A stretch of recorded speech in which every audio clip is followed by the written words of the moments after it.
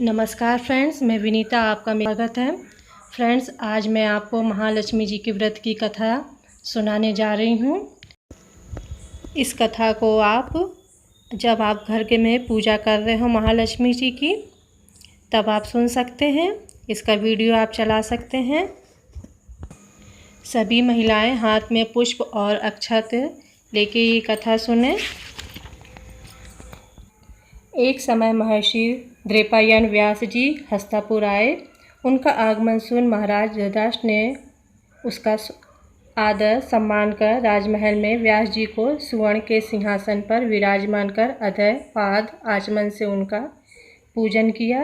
व्यास जी के स्वस्थ चित्त होने पर राजरानी गांधारी ने महर्षि व्यास जी से हाथ जोड़कर प्रश्न किया कि महाराज, आपसे हमारी प्रार्थना है कि स्त्रियों को कोई ऐसा व्रत सरल पूजन बताइए जिससे सुख, पुत्र पौत्र परिवार सदा सुखी रहें।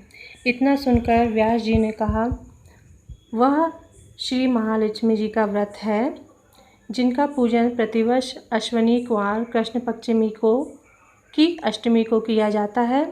तब राजरानी गांधारी ने कहा, महात्मन, यह व्रत कैसे की आरंभ होता है, किस विधान से पूजन होता है, यह विस्तार से बताने का कष्ट करें।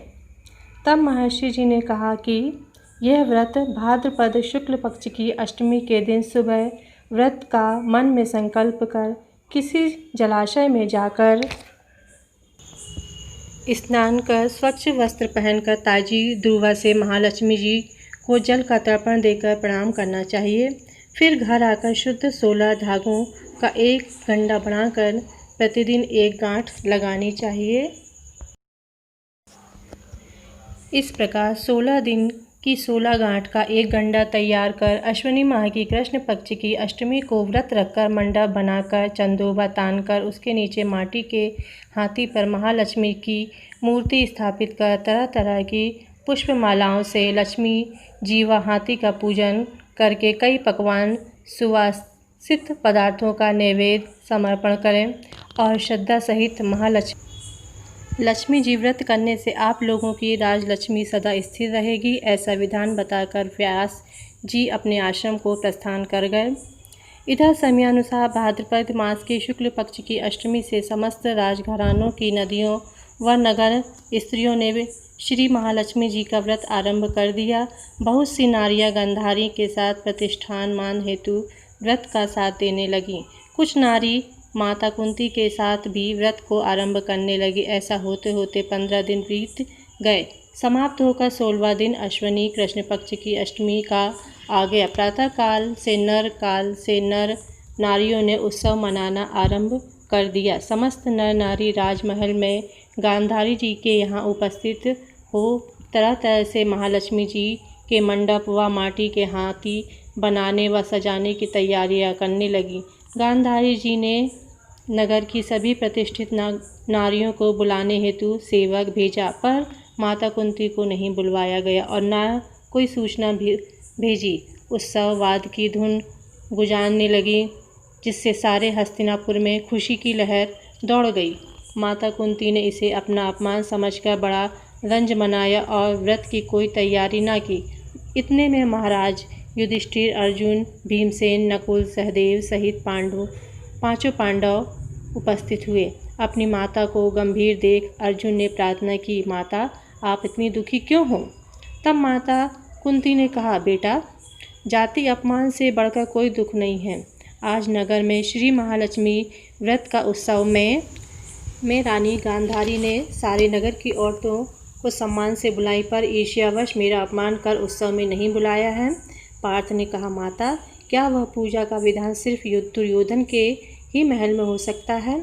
आप अपने घर में नहीं कर सकती? तब कुंती ने कहा, बेटा, कर सकती हूँ, पर वह साज सामान इतनी जल्दी तैयार नहीं हो सकता, क्योंकि गांधारी के 100 पुत्रों ने माटी का विशाल हाथी तैयार करके पूजन का साज सजाया है। वह ऐसा विधान तुमसे ना बन सकेगा। पर पार्थ ने कहा, माता, आप अपनी पूजन की तैयारी करो और नगर में बुलवा भेजें। मैं ऐसा हाथी पूजन को बुला रहा हूँ, जो आज तक हस्तिनापुर वासियों ने न देखा होगा न पूजन किया होगा। मैं आज ही इंद्रलोक से इंद्र का हाथी ऐरावत जो पूजनी है उसे बुलाकर तुम्हारी पूजा में उपस्थित कर दूंगा। आप अपनी तैयारी करें।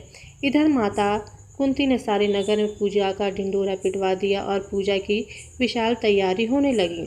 तब अर्जुन ने सुरपति को ऐरावत भेजने को पत्र लिखा। एक दिव्य बाण में बांध कर धनुष पर रखकर देवलोक इंद्र की सभा में फेंका।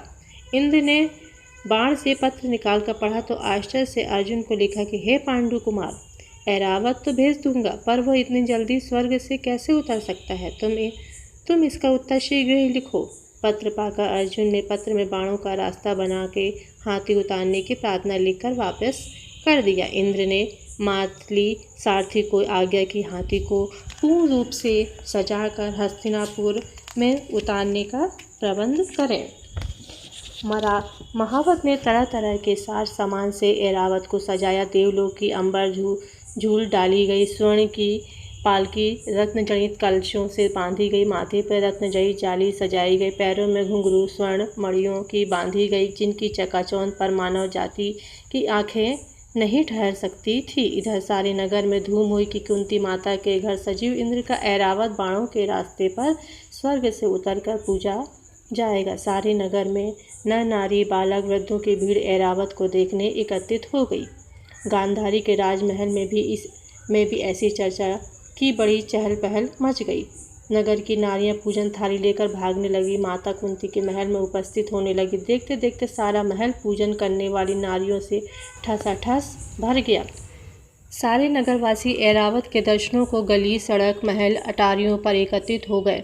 माता कुंती ने ऐरावत को खड़ा करके हेतु रंग बिरंगे चौक पुरवाकर नवीन रेशमी वस्त्र बिछवा दिए। हस्तिनापुरवासी तरह तरह की स्वागत तैयारी में फूल माला अबीर केसर हाथों में लेकर पंक्तिबंद खड़े हो गए। इधर चंद्र की आज्ञा पाकर ऐरावत स्वर्ग से बाणों के बनाए रास्ते से धीरे धीरे आकाश मार्ग से उतरने लगा, जिनके शंखों की आवाज़ नगरवासियों को आने लगी। ऐरावत के दर्शन के लिए नगर नारियों ने जय जयकार के नारे लगाना आरंभ किया।